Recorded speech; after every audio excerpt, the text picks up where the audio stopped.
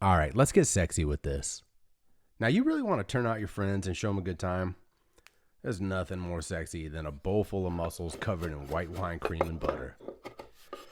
Now, this dish looks super impressive. It's fun. It's kind of dirty and nasty. You eat it communally. Everyone's getting their hands dirty, dipping bread, drinking wine, chatting it up. You never know where the night's going to go.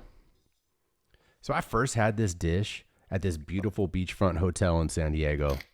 I knew the first time I had it, it had this great balance of like meat, acidity, garlic, cream, and then of course, mussels. Now, mussels in and of themselves, they're just pure sensuality. I mean, they're like closed, kind of coy. You have to warm them up a little bit. We'll call that the foreplay. Then eventually, they open up and show you their little magical secret. So I'm going to show you how to make this dish, flex on your friends, throw a little dinner party, fucking knock everyone's socks off. It totally takes me back to like these beachfront days, right? Playing in the sand. You can smell the copper tone in the air, waves crashing in.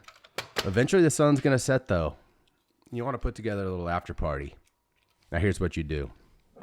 So I get fennel. I know fennel has that kind of strong anise flavor, but trust me on this one, it really brings the dish to life. Now I want you to use a mandolin because it's going to cut them razor thin and all the pieces are going to be the same size. If you don't have one, honestly, they're like the price of a couple beers. They're even on my Amazon shop.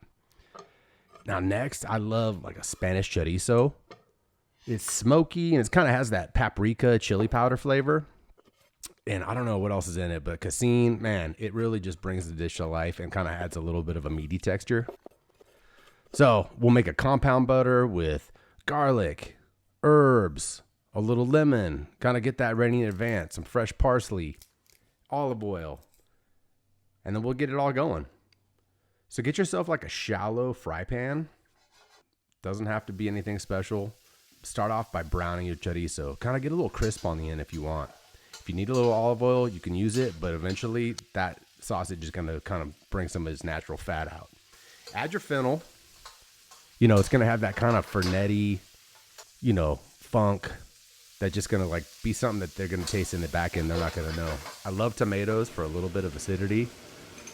Then make sure you definitely get some fresh garlic in there. But the star of this dish is the shellfish. Like I said, there's something magical about them. They start off closed and they open up with a nice little magical surprise. Saute those up. I want to make sure you wash them really well though. Pull the beards out, get the schmeg off, kind of cut off any funk on there, and add some white wine. This doesn't have to be top tier, top shelf white wine. I use Sauvignon Blanc. Use Chard if you want.